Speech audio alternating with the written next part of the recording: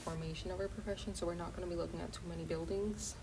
We're more going to be focusing on why why specifically architects are what they are.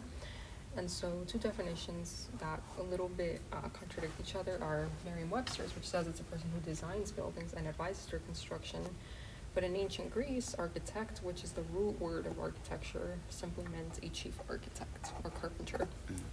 So we're seeing that already we have this tension just in the definition of the word of what an architect should be, and it's something that to this day is still very heavily debated. So as far as education goes, especially here in the States, we do have a ongoing conversation on how architects should be trained. So on the one side, universities say that it should be more theoretical, and we should focus on abstraction, things that push the boundaries of what architecture is, and think outside the box of our current constraints, both technologically, software, whatever. Practitioners, on the other hand, always argue teach them what they need to know to be competent in the profession, which means teach them how to space plan, teach them how construction works, and teach them how to draft, because that's basically what you do in the field. And then on a third sort of playing field, we have researchers who are probably the most forgotten of the three, but basically they take architecture and they look at it as a science problem and they go, what worked and what didn't work, and now let's pinpoint why that didn't work. So usually it'll be pre-occupancy. It would be things like energy conservation, what kind of windows should we use, let's develop technology for these materials that makes them better.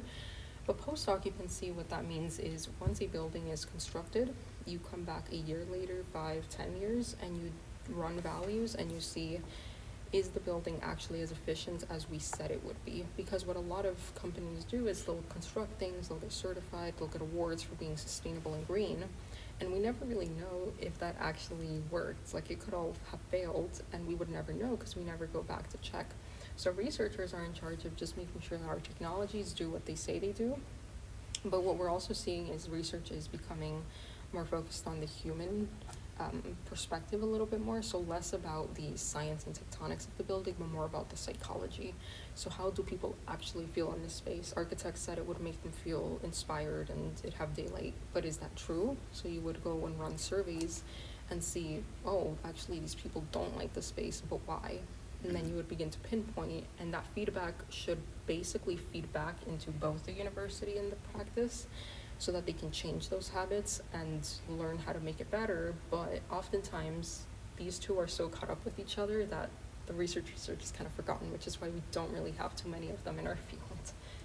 And that's also why our field is a little bit slow to change sometimes, other than like the materiality of things, which is where most research goes. We don't really innovate too much in terms of the human experience because we just don't know. We just think we're doing the right thing. So the questions for this unit, which I told everyone we probably would have on the exam since multiple choice didn't really seem to work out for the class as a whole. Scores were lower than I expected. Are first, how the profession is the same today as it was 100, 300,000 years ago, which we'll go over in this one. And then secondly, how has it changed since then? And lastly, what should be the next thing it should change? And do you work at a firm yet? Okay. Not yet. I told everyone, which was just like one person that does work at a firm, to start thinking about what they would like to see change in their work environment to make it a more, just a better place in general, because there's still things that we can improve on. So during the Middle Ages, the title of architect does not really exist, and instead it more so lives underneath what we call guilds, which are groups of craftsmen that have different disciplines that protect each other because they all have the common interest. So if you're someone that works with stone, you're going to be in the stonemason guild. And so what happens is if you have a patron that's not paying you, the whole guild goes on strike. So it's almost like the early version of work unions, and it protects the worker. But the downside to the guilds is that they're very closed. So if you don't know someone in the guild, you're not going to be in the guild, Right. Which doesn't really open opportunities for people that might have the talent. Now, in a guild, we usually have what we call a master builder, and they're usually going to be a part of the stone guild because they focus more on structure. And all they do is just coordinate all the trades and communicate with other guilds what times they're going to be working, what time they're going to finish, so that they can come in and have the project work through its different stages. And so the master builder is going to be our earliest version of a project architect. And we see just by the name that it's more focused on construction than it is on things like theory right now. So these are just a couple of examples of guilds. Guilds are usually going to be directly related to the material they work with, but they're not just exclusive to construction. They can also be like baker guilds, so that no one else can become a baker, or butcher guilds and things like that. But for our class, we just learned about the stonemasons, the carpenters, and the blacksmiths. So our stonemasons are going to be in charge of the big, heavy construction, the structural calculations to make sure a cathedral doesn't fall over. So when we look at innovations like flying buttresses and these skeletonized walls and these really thin stone members, for instance, in the Notre Dame of Chartres, all of these were not made by an architect. They were made by the builders and the guild. And because they know their craft so well, they know the extents to which their material can be taken in order for something to work. And so at this time, the early version of the architect is super connected and in tune with what the materials are, and they inherently just know how to engineer. So in Chartres, everything we see here was probably made by a stonemason except for the glass, which is a different guild. And they don't just do the bigger structural components, they also are sculptors. So we see that these builders are not just like heavy brute construction, but they're also artists. And they carve out things like tympanums. And then they also have several innovations, including in this case, the invention of stone tracery.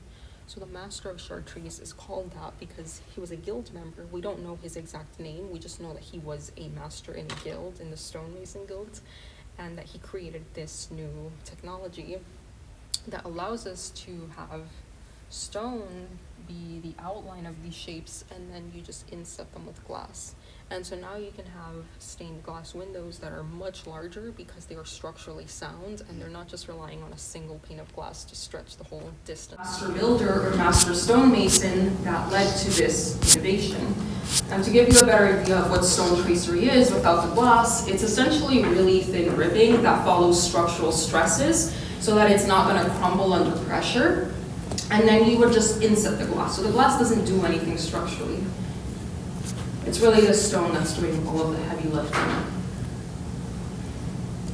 We also have our carpenters. So our carpentry guild is going to come in a little bit after our stonemasons begin working, and they're usually going to work on things like roofs and also more decorative furniture and altar pieces.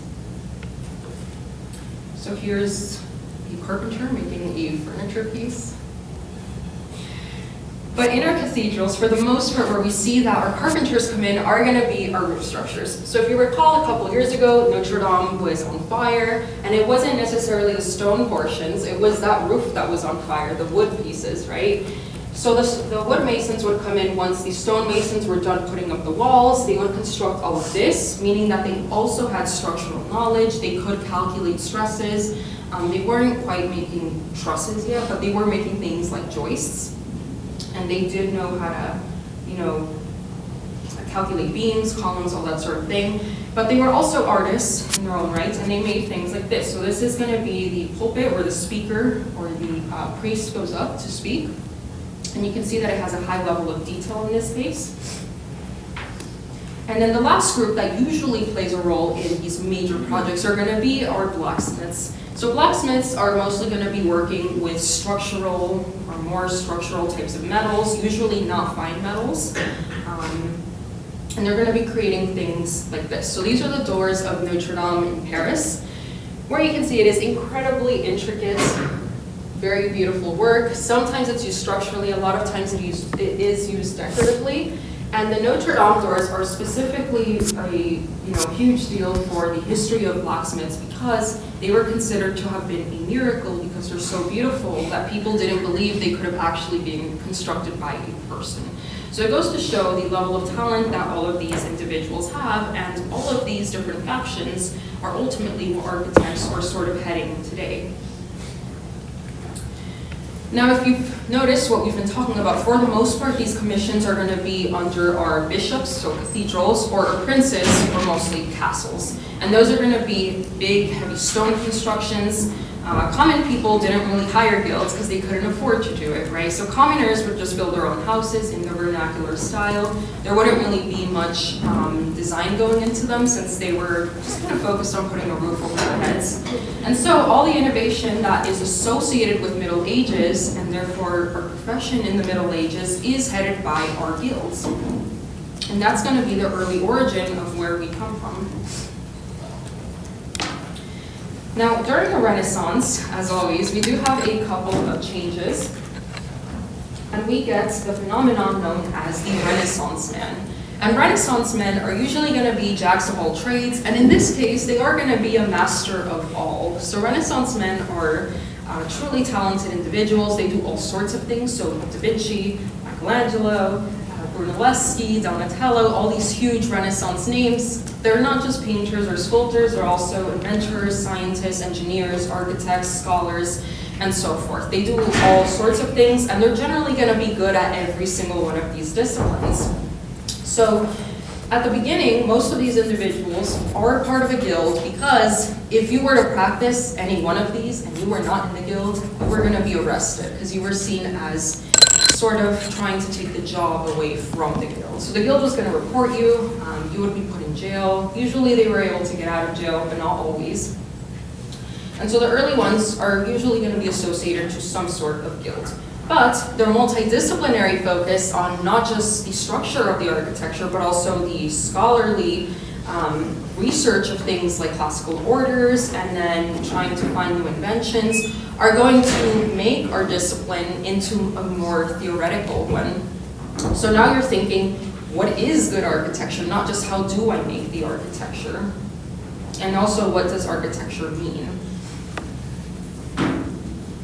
So our first one is going to be Brunelleschi. We're just going to kind of follow his career a little bit to understand how the Renaissance man was created. Brunelleschi began in a wool guild, and he wasn't very good at it, so he decided to leave, and he joined our goldsmithing guild. And goldsmiths, because gold is a very soft metal, it's a more delicate metal, isn't necessarily going to be used in heavy construction. It's going to be more decorative. And so our goldsmiths are either going to make jewelry or they're going to make really nice sculptures out of gold. So Brunelleschi begins to train as a sculptor. He joins a competition for doors on the baptistry. He loses, but him and then the first place entry begin to show us the use of perspective. So I'll show you in a second what those look like, but they're beginning to show that they're breaking away from the tradition of the 2D medieval art.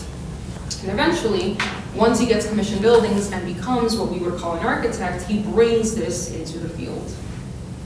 So this was the winning commission that he lost to. You can see it's completely made out of gold. This is going to be your baptistry. And just to give you a close-up of those panels, the winning one, you can see, has a pretty good sense of perspective where we have a background, middle, and then a foreground.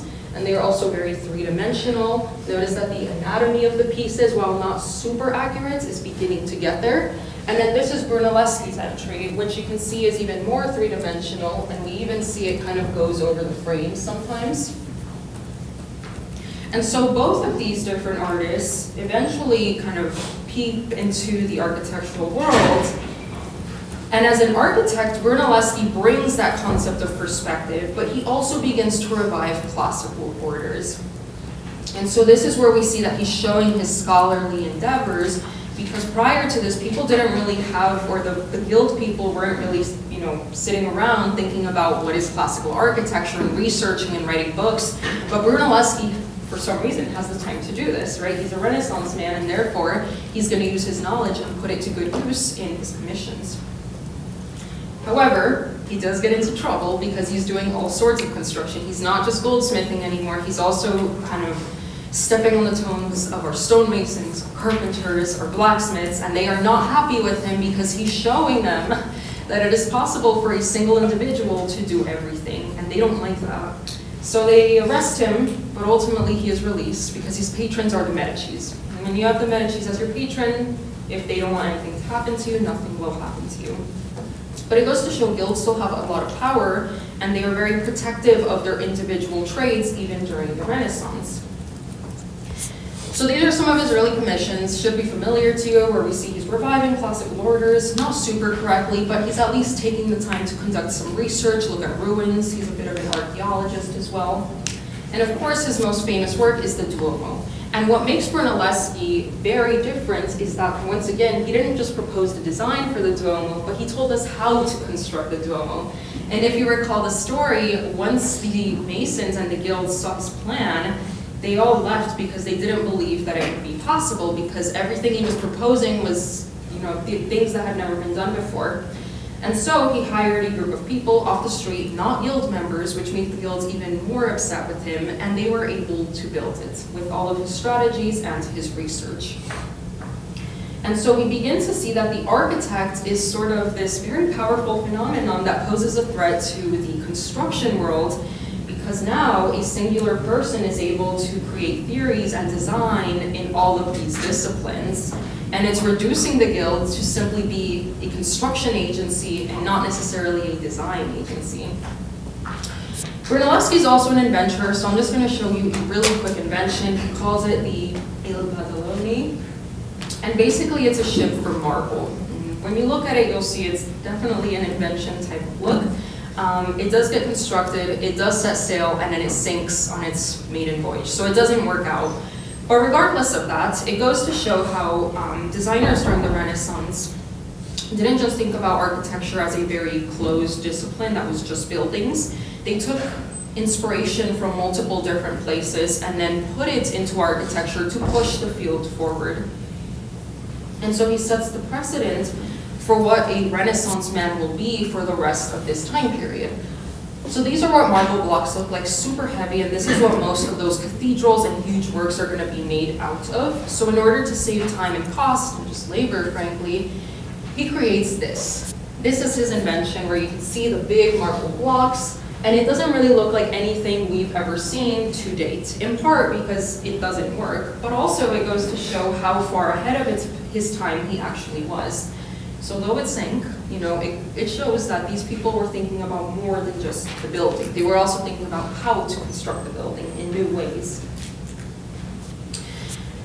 Flash forward a couple of 150 years. At this point, we are in the high Renaissance. We're almost getting into the Mannerist era. Michelangelo is one of the masters at this point. He is following Brunelleschi's footsteps. He's also a sculptor, painter, architect, inventor, and so forth. And he becomes known as what we call a private master. And so he starts his own school, he takes in apprentices, and he teaches them everything he knows, which is basically a little bit of stonemasonry, carpentry, sculpting, designing. And again, the guilds are not going to like this, because now people that would have potentially joined the guilds are going to go and follow Michelangelo instead. But the benefit of all this is that more people are able to become what is eventually going to be known as an architect, because the school is not as much of a closed circuit as perhaps the guilds are. So you don't necessarily have to be Michelangelo's family to get into his school. You just have to show some talent. And this is where we see the beginning of the master and apprentice relationship that is going to become quite important in architecture. And this is something that really only ended around 40 or 50 years ago. So up until the mid-century, we still had a practice of having masters and then apprentices learning from them. And the exchange here is you help your master with what they're doing, and you get to learn from them at the same time. So you don't necessarily have to pay them. It's not like a transaction with money or like a school system. They're just there learning by doing. A couple of works by Michelangelo, Laurentian Library. Hopefully you recall this one from last semester. And then this is what his studio would have looked like. So we can see they're doing all sorts of things: painting, sculpting, designing, doing pottery, probably drafting somewhere in the background as well. And this is how he begins to create more of what we eventually call Renaissance men. Now, once we get to absolutism, King Louis XIV, as always, has something to do with the world of architecture, and Louis XIV doesn't really like this idea of guilds. Because when he starts designing Versailles, he realizes that there's two problems with them. First, they directly challenge his position as an absolute monarch. He's supposed to be at the head of everything, and if there's these individual little guilds that have their own masters, that kind of contradicts what he is. And And secondly, the members of the guilds are loyal to their guild first and the king second. And obviously you cannot have that with an absolutist government. So what he does, instead of disbanding them and making all of them his enemy, he decides to create his own private group of artists, builders, designers, and he calls them the Gobelins. The Gobelins are named after their first leader, so I won't get too much into that history, but that's where the name comes from. And so this private group of designers is going to be making everything in Versailles, from the ironwork to the interior textiles, and the benefits of all this are that, number one, they give the artists an opportunity to get their feet into, or their toes into multiple divisions without having to join all these different guilds, so they become multi-talented individuals. They also have job security because the king is their patron, so they'll never be out of a job.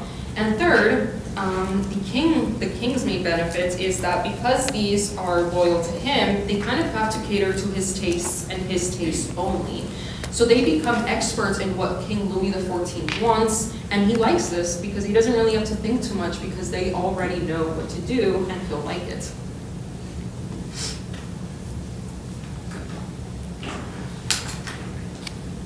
So now we're seeing that we're sort of creating a official group of people outside of the guilds. Whereas Michelangelo's studio was sort of unofficial, under the radar, this is going to be very official and run by the state. And so when we look at Versailles, all of these new alterations to what was originally the hunting lodge are made by these private artists. And once they are done doing all this, everything, the glass on the chandelier, the textile, the bed, the furniture, the carpentry, everything is made by his individual designers and builders. They decide that what they want to do is open an official school. He likes this idea a lot, and he extends it not just to architecture, but also to his own painting school and also his own sculpting school.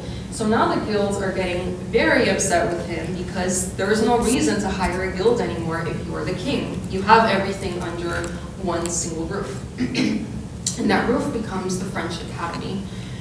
So he takes the Louvre, which at this point is no longer his home because he's in Versailles, and he says, I'm going to give this over to you guys. You guys set up the academy, set up the classrooms, and start teaching my builders and my people how to create things for me. And so the goal of these academies is to create an approach to the arts that justifies and upholds the divine right of kings. You never want to be creating anything that would challenge the king's authority. And so we see how absolutism has this really strong hold on architecture. But on the positive side, we also see how architecture is beginning to become its own discipline, and it's official. It is recognized by the state at this point. And so this is the Louvre Palace at the time, usually. So this is going to be our east front, where we have that really beautiful new facade with the central pavilion and all that. Our academies are going to be on this side. This is going to be the architecture school. So we're going to have our studios where the students are going to get crits, just like you guys do. You're going to have libraries, you're going to have places for lectures, and it is completely free to attend these academies. So if you can manage to get into them, you're going to have a really good career designing. And the most important thing about this academy is that they are creating the theory behind the architecture. So they are studying what is classicism, what is the correct order of the classic orders. And so it becomes known as what we call today a temple to height theory, because they're not necessarily breaking down how to build these things. They're not thinking about tectonics or construction or joints or anything like that. They're simply thinking about what is architecture, what should it look like, and what should it represent. And so it sets the standard for what good and correct French architecture should be. And I think you can already begin to see that the roots of university academic architecture comes from the French Academy, which is only focused on theory and not construction.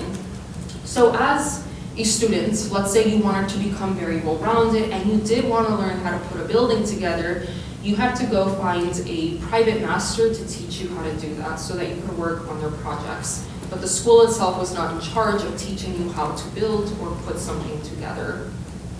So the king's builders would talk to the king's architects. The architects would say, this is my vision, these are my drawings, and the builder would just make it happen. And so now we're beginning to see that the construction world that we know today is beginning to formulate, where the architect creates a drawing, and then passes it on to its engineers and builders, and they figure out the rest of it. There's the crest for it, where we can see we are surrounded by all sorts of classical language, drafting tools. There is the embodiment of architecture. Usually she's going to be a woman, even though women were not allowed to practice architecture at the time. Here's a sample work from the Academy where you can see they're using lots of crochet, shadows. It is not a technical drawing. They are not necessarily telling us how do we cut the stone to make this happen. They're just giving us an idea, and then the king's builders would make that happen. And same with something like this. Now, the Enlightenment brings an end to both the king and the Academy. Because the Academy's only purpose was to uphold the king, when we have the French Revolution and there is no longer a king, the Academy is kind of obsolete, and the guilds at this point are ready for their revenge. So they destroy the Academy as a concept, not the building. The Academy no longer exists, and now the guilds are back in power for a little bit. But what we see is that the younger generations begin to also question the idea of the Academy. And they're asking questions like, why is our architecture not challenging the status quo?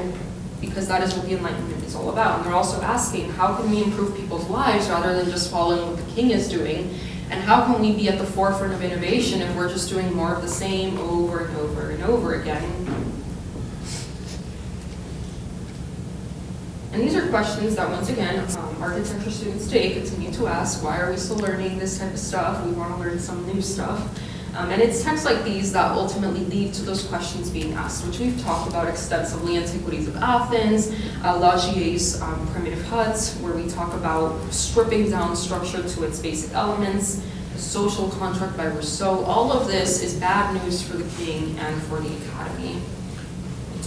So we have the death of what we call the old regime, or the absolutist regime in France. And at this point, we're going to now begin to look at how architecture develops in different countries, because they're going to take their own different approaches. And the three countries, France, England, and Germany, that we're going to look at, all three of them are going to have some sort of impact on what architecture in the US looks like. There is King Louis XVI, the grandson of the Sun King, being beheaded, and with him went everything that had to do with the monarchy. So at this point, there's no architecture school. The guilds are building for about 10 to 15 years or so, until we have them remake it into what we call the École des Beaux-Arts, or the School of the Beautiful Arts. And the School of Beautiful Arts is going to be very similar to the Academy, except for the fact that they are not simply going to be justifying the rule of the king. Their purpose is more so to conserve the status quo, whatever it may be. Because in the 19th century, we're trying to keep this balance of power. We don't want to do any major disruptions, both politically and in the built environment. The School of Beautiful Arts is going to train its architects to just create one singular style for most of the century. So what we see is that if you're a student that is rebellious, if you're someone that's overly innovative, you're not going to have a very good time at this school, because, again, their sole purpose is to keep the status quo. So if you question the professor, you're expelled. If you do anything that's not neoclassical, you're expelled. If you try to get commissions after you do this, you're expelled and you're blacklisted, not red listed. If you would also propose anything like, why don't we use these new industrial materials, you would be expelled. So it was super conservative. There was really only one type of architect that they liked to create, and because of that, most of the architecture in the 19th century, especially in France, is a little bit stale, since it's all more of the same. And it's not that the students don't want to do anything new, it's just that they know what's going to happen if they try to do that. So eventually pressure builds up.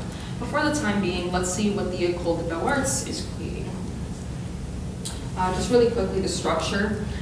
Structure of it is you have some lectures that you go to, but for the most part, students go to ateliers, or what we call studios. So this is another route of what the university, what most university systems do. You have your lectures like these, and then you have your studios where you go and you practice a little bit more of the practical side of architecture.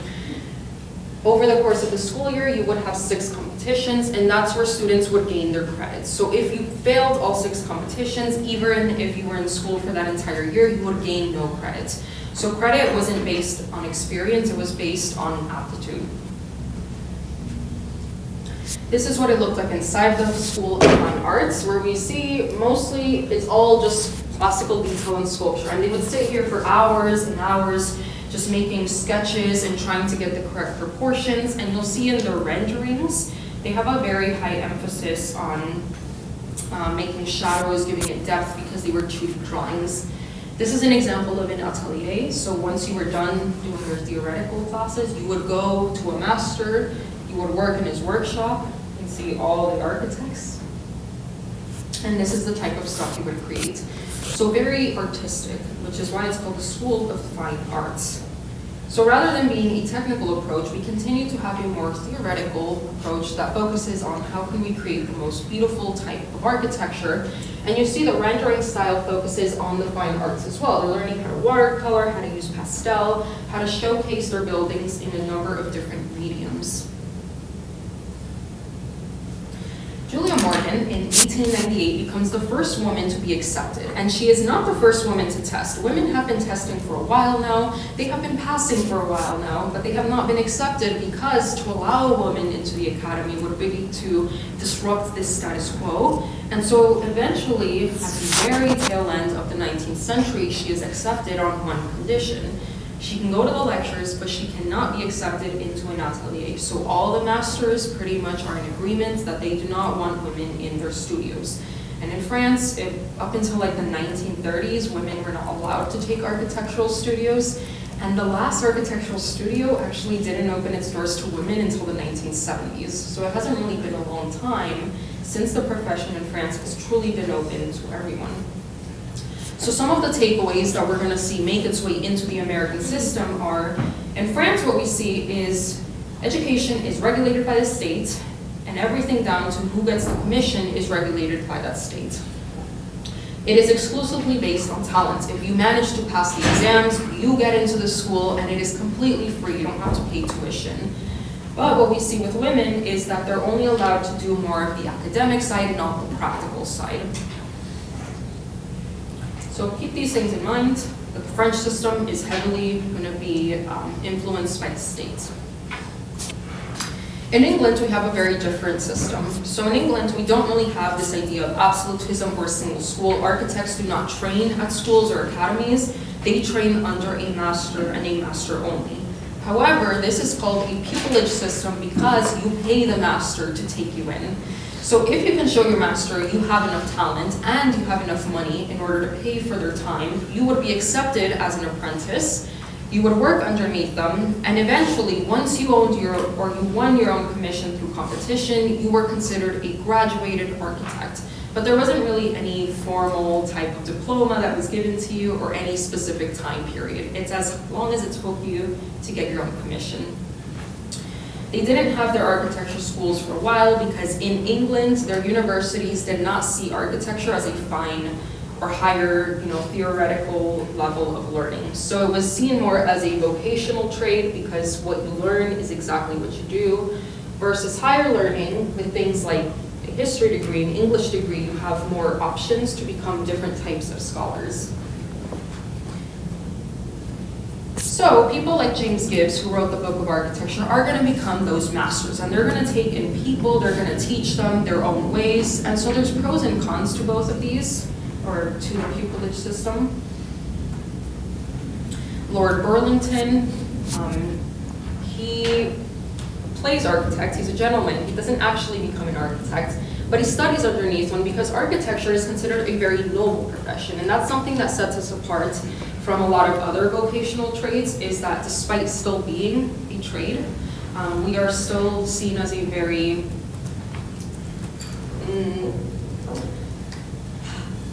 I guess like a form of high culture, like a form of artistry. And so people like Lord Burlington are gonna pay architects to train them. He has a whole room that's painted blue, and he calls this his drafting room, and at the ceiling he has a figure of architecture with little cherubs representing the architect looking down on him. So they're shining upon him.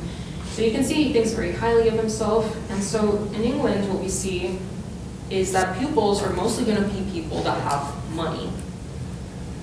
So how do you become a pupil? Well, for the most part, it's going to be someone that is wealthy and is a guy. Women are also not allowed to become architects in England for a while.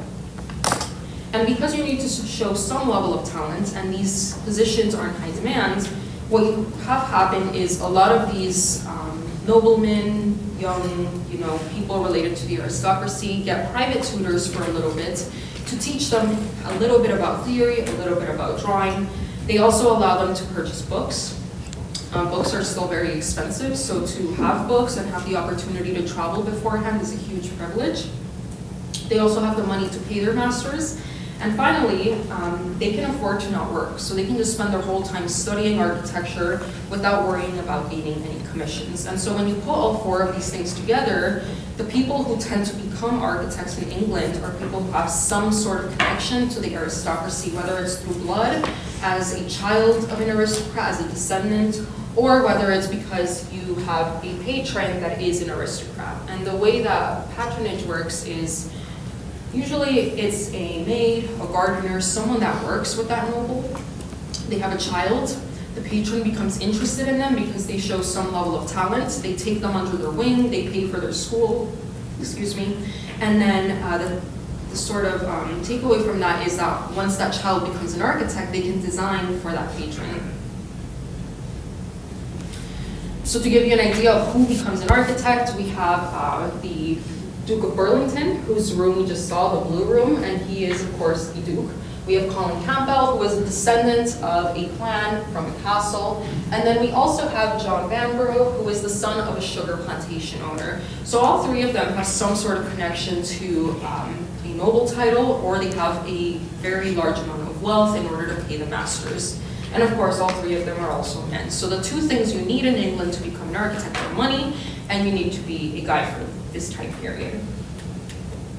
And so the benefits of this system are, because your pupils are learning exactly what they need to learn in order to practice, there's no discrepancy between schooling and then the practitioner side of things. And the other thing is our supply and demand are usually going to work in conjunction with each other.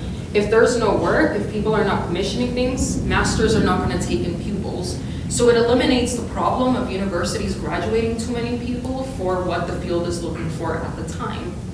However, the drawbacks of this are also that the practitioners are the only people that are the educators with no opposition, meaning that things are also very stale in England for a long time. Because they consider themselves to be the only form of authority and therefore correct, there's no reason to change. And then they also chose who got to become a pupil, which basically meant no women and no one that is poor. So if you can't afford to pay them, you will not become an architect in this day and age. Eventually, things begin to change, and this is where we see the introduction of what we call organizations in architecture. So we have what we call the Architectural Association, which becomes an independent school. It's supposed to become an alternative to the pupillage system that says, if you don't get in with the master simply because he doesn't like you or because you can't afford his steep price point, you can come to the Architectural Association, train with us, and also become an architect. But it also doesn't really allow women for some time. Then we also have the creation of RIBA, or the Institute of British Architects, which creates a testing system. And this is a way to create a barrier so that not everyone that simply takes one class can call themselves an architect. You have to pass an examination that shows you know what you're doing. So for instance, Lord Burlington, he probably wouldn't pass it because he wasn't really a great architect. He just thought he was a great architect. And therefore, we start to see that the profession of architecture becomes quite exclusive, and the privilege to use the title of architect comes with certain requisites, including having an education, passing a test. Universities also begin to open architecture programs at this time, and the RIBA is in charge of passing the guidelines. So what we see in Britain is that the professional organizations made by the practitioners are the ones that are telling us exactly what the schools should be teaching. They oversee and they dictate education. And that's going to be different from what happens in the States, where our practitioners don't exactly say what schools should be teaching. The woman question. So pupillage doesn't allow women, neither does the Architectural Association, but in 1898, the same year that Julia Morgan is accepted in France, Ethel Charles manages to get into the RIBA, but it's a very challenging procedure for her to go through. So first, she does her apprenticeship, under a guy named Ernest George. She mostly does residential work, which we'll see is a pretty common theme. When women were allowed to practice architecture, they weren't really given the big commissions like government buildings, libraries, that sort of thing. They were mostly put to work on homes because they were considered to just be more familiar with houses. And so she practiced under him, she passed her exam, she then asked the RIBA if she could formally join them. And there was this whole campaign of a bunch of architects saying that it would be prejudicial to the interests of the Institute to elect a lady member. So they definitely felt threatened with the idea of a woman joining the organization, but eventually her mentor actually vouched for her publicly, which was unheard of, and so Ethel was eventually accepted. But had he not stood up for her, she probably would not have made it into the RIBA, which goes to show the importance of advocating for people to join our profession. There's Ethel on the left. And this is the type of work she was doing. Very residential, but we can see she's clearly talented. She knows how to make floor plans just like any other person would be able to. The only question was, should she be allowed since she is a woman? So some takeaways. There's no state education in England, and it's the practitioners that create the rules for education. They're usually going to be based on wealth and connections, which creates a very exclusive idea for architecture. And to this day, architecture is still associated with exclusivity, right? Think about where you meet clients for architecture. It's usually going to be on a golf course, right? And golf courses are usually associated with people who have more money. And then we have the rise of our professional organizations to create more opportunities, usually not for women, but eventually women are allowed into them. So now we are seeing that we're having a more formalized system on how to train architects that in this case is headed by our practitioners. And lastly, we're going to talk about Germany before we get to the US. Germany is mostly going to be focusing on tectonics and industry. So because Germany is now becoming a consolidated nation, they are pushing for this sense of national identity. And then we also have that middle class in Germany wanting to really become the most advanced group as far as industry goes. And so the patrons in Germany are going to be very interested in what all these new materials can do for their architecture. And so when you mix that technical architecture training that comes from the German academies, and then you put industrial materials together, we do get the Bauhaus. And the Bauhaus is going to be the biggest influence that Germany has on our profession, not just in the States, but also across pretty much the entire world, because the Bauhaus is a fusion of technicality, high theory, craftsmanship, using industrialized materials, and they tie all of this together with the need for social reform. So they are fully embracing the changes that come with the 19th century rather than suppressing them like France and England do. And because of that, it is Germany and the Bauhaus that become the center of the modernist movement. There's the Bauhaus building that you all know by now. And then some images of students. As you can see, the students are not necessarily doing like hardcore architecture all the time. They do all sorts of craft projects before they are even allowed to touch architecture. And we see that women are in fact allowed into the Bauhaus. Though usually they're sort of pushed into becoming textile artists and they are not really encouraged to go into architecture, but the opportunity is there if they can prove themselves. And we begin to see that this idea that students go into a studio, they live together, they have a community of artists, they do all sorts of things together, comes from the Bauhaus. And that is something that most architecture schools still strive to do today. And so our takeaways from Germany are that there is a state educational system, but in this case, it's going to be theoretical and not high theory. You study under a master if you want to, but ultimately it is the rise of the Bauhaus that opens the doors for a diverse amount of people of different artistic backgrounds, including women, and so the profession becomes a little bit more diverse in Germany. Now we're going to put these three things together. France, headed by the state, England with its pupil system, and now Germany with its more industrial and tectonic approach. And we're going to visit and see what happens in the United States. So the US is different from all of these because we have a fresh start when we break away from England. And so we have this question and we're like, well, if we're breaking away from England and Europe, why would we copy what they do? So therefore, the US is trying to create a new, style of architecture, and Thomas Jefferson does begin to create the idea of a federal national style. But for the early colonists, most of them are just going to copy pattern books, and we're not really going to have architects. So this is the sort of thing we see in the early colonial era. Mostly revivalism, very clumsy, not too artistic yet. And we see that they're taking pattern books, and Independence Hall is actually made up of several patterns put together. Though they are not exactly the same, they are definitely taking inspiration from these. And we see that architecture isn't really something that interests the colonists just yet. But once they become independent, Thomas Jefferson says we need a style so that we are recognized as separate from Europe. And so he brings Benjamin Latrobe, who is our first architect designer in the United States. I believe we talked about Benjamin Latrobe when we mentioned the University of Virginia last semester. So if you don't remember that, go take a look at that project. But basically what happens is that despite Latrobe becoming, the first architect, we still don't really have a formal training academy in the States. And so architects, or people who want to become architects, still have to go train in Europe, and then they have to cleanse their European taste and build stuff that people in the United States want to do. So it's a very disjointed process to become an architect, because though you're learning the technique, you can't allow the style to be too heavily ingrained because it's not what the US wants to see. In the 19th century, though, we see three changes that are going to lead to what our profession is today. So first, the AIA is created in 1857, and their sort of idea is to promote the scientific and practical perfection of its members and to elevate the standing of the profession. And that last part in particular, to elevate the standing, means to give architects authority, to give them a title, to make them an association of their own, and not just a bunch of charlatans that say they're architects but are actually trained as architects.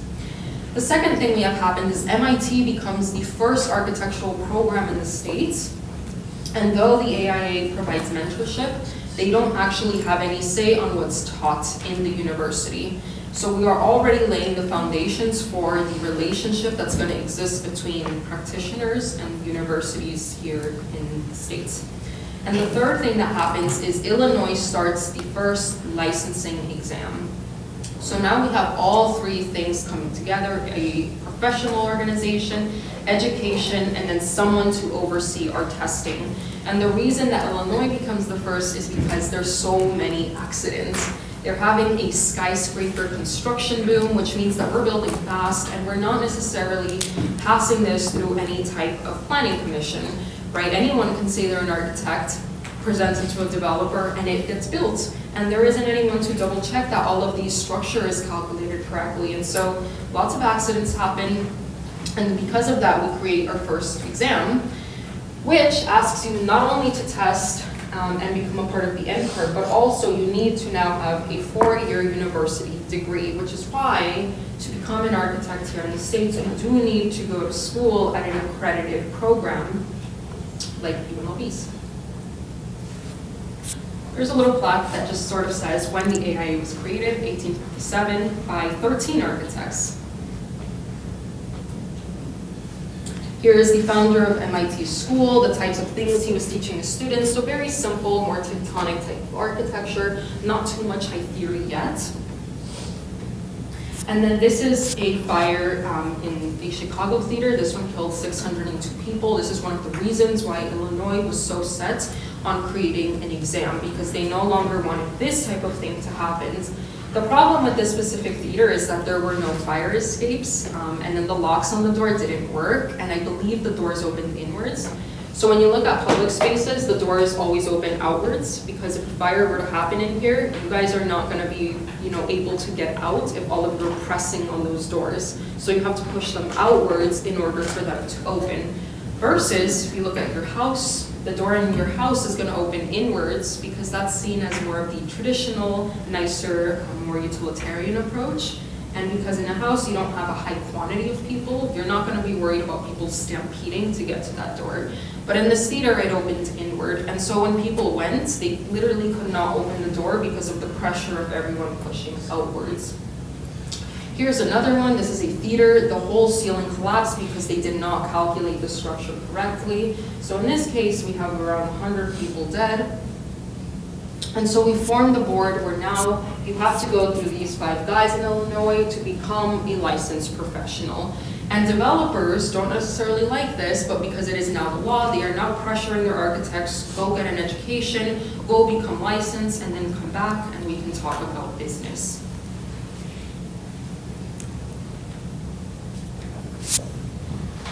So, in the 20th century, AIA and this licensing entity, NCARB, come together and they raise this question and they're like, why don't we start setting standards for the schools? Since these architects go through both of our organizations anyways, we should have a say in how education works. And so they create the NAAB, or the National Architectural Accreditation Board. And if we look at our syllabus, which I will pull up right now, you will notice that I am obligated to include points of the NAAB to show that this course is meeting the requirements that they set forth. So to this day, this is exactly what says, which you can see right here. So in this case, I'm saying we are talking about history and theory, we're talking about social equity and inclusion, and those are the 2 big themes. But there's a number of different ones that you have to abide by, otherwise you will not be an accredited school. And this is how they make sure that the schools are teaching exactly or more or less what you need in order to become a competent professional. So today we do have around 140 NAAB institutions. There are more schools of architecture than 140. They are just not accredited, meaning that if you go there, you're not exactly going to get the most well-rounded education, and you're also not going to be able to sit for an architectural test, which is why it's so important for institutions to constantly keep up with their renovations for their NAAB. So what exactly does the NAAB base itself on to create schools that look like ours today? From France, they took the concept of high theory and artistry, and so that is why we have courses like these, which are more theoretical and not so much about actual build construction.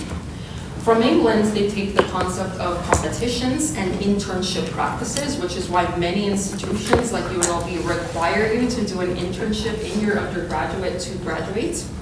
And from Germany, we take construction courses and the Bauhaus gallery approach.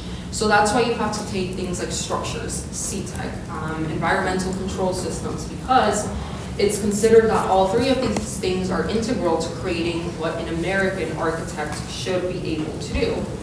And so the answer to our initial question, why are universities, practitioners, and researchers constantly butting heads in the United States, is because ultimately our history is not inherited, it was adopted. And when you adopt something, people aren't necessarily always going to agree with everything that you put into that mixture, right? Our practitioners aren't going to like that we're taking ideas from France. Our university instructors aren't going to love that we're taking too many ideas from England. And our researchers aren't going to love that these 2 are going to dominate the field.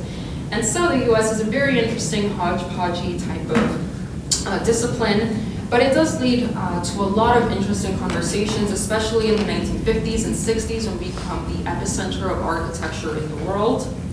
And today the big question is, where do we draw the line between an architect and a developer or a general contractor? Because what we see in this country is that the general contractor has a lot more power than they do in every other country around the world, meaning that you don't always need an architect to design something for you. You can pass it through a contractor, especially if it's an owner-builder construction. And that does create some tension within our discipline. But for the rest of the unit, we're going to be focusing a little bit more on the 20th century. Now that you know the full history of why our profession is the way it is, we're now going to begin talking about how women eventually began to make their way into the profession and how they did it, because we saw that it wasn't just because people wanted to, they had to fight to get in there.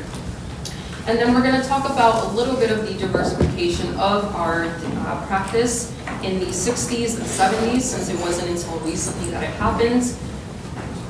For your collages, this unit, you are going to be focusing on a singular designer, which I will put the list out probably sometime this weekend. I will tell you it's going to be a smaller collage. Some general notes based on what I saw on Tuesday: improve your lettering. Your lettering last semester got pretty good. I don't know what happened on a lot of your collages, but please try to improve upon that. The craft of it should be very important. Just because it is a collage and it's hodgepodgey doesn't mean that it shouldn't still look clean and have some composition to it. I'll try to start getting those grades in as soon as possible. Does anyone have any questions? Okay, if there's no other questions, turn to your quizzes, and I will see you guys